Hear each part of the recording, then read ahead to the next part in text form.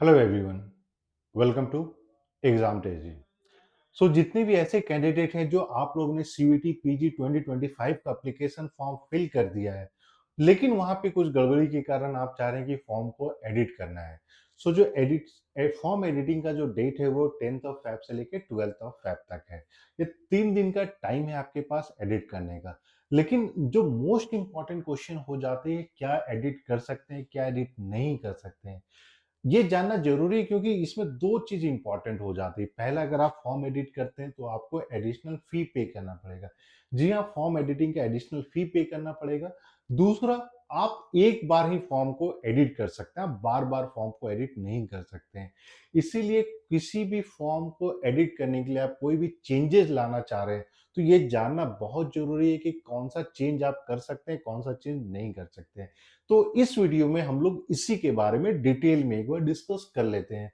और form edit करने से पहले आपको वो सारा इंफॉर्मेशन आपके पास होना चाहिए। जो फॉर्म एडिटिंग का जो डेट है, जो आज का जो नोटिस आया है, बहुत इंपॉर्टेंट नोटिस है। अगर हम डेट की बात करते हैं तो 10th ऑफ फेब से लेके 12th ऑफ फेब तक ही आप एडिट कर सकते हैं अपने फॉर्म को। और 12th फेब का रात के 11:50 तक आप एडिट कर सकते हैं।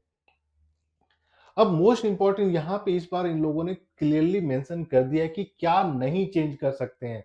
और बहुत सारे ऐसे स्टूडेंट थे जो बोल रहे थे कि सर मोबाइल नंबर अभी मैंने गलत डाल दिया है और जो फॉर्म एडिटिंग होगा उसमें चेंज कर देंगे, तो क्या आप चेंज कर सकते हैं, क्या चेंज होगा, नहीं होगा। क्या students are not be allowed to change.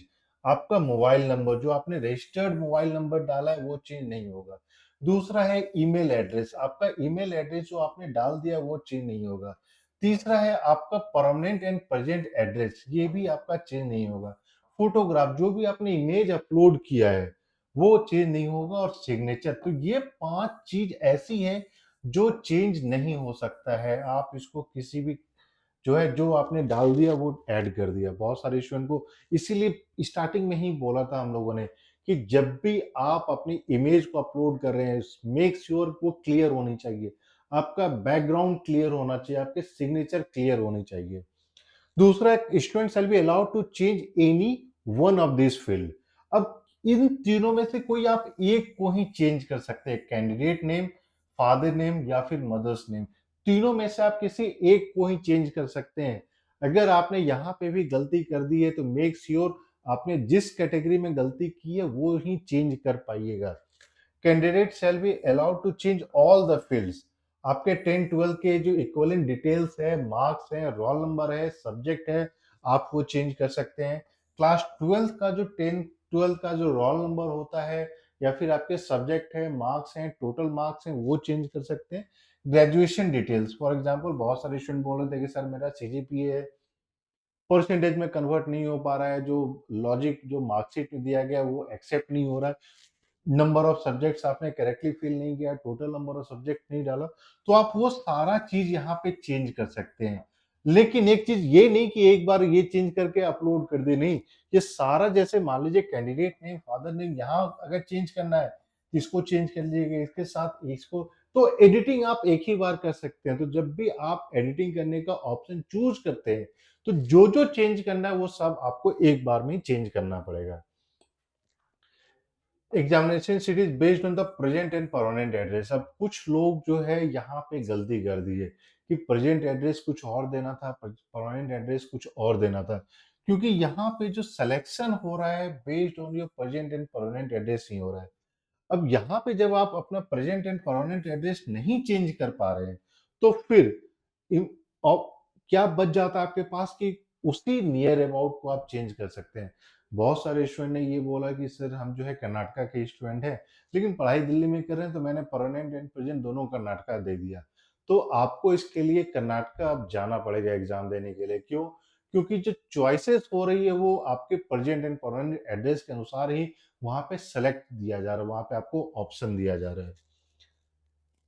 Candidate shall be allowed to change all the fields. अब यहाँ पे भी all the, for example date of birth में अगर आपने गलती कर दी, जेंडर में, कैटेगरी में। अब कैटेगरी इंपॉर्टेंट इसलिए हो जाता है क्योंकि हम लोगों ने बोला था अगर आपके पास ईडब्ल्यूएस सर्टिफिकेट या कोई भी सर्टिफिकेट अवेलेबल है तभी आप उसमें डालिएगा। जितने स्टूडेंट का EWS certificate, OBC certificate, ST SC जो भी सर्टिफिकेट है बन गया हो, तो आप जो है वहाँ पे अब अपना कैटेगरी चेंज कर सकते हैं।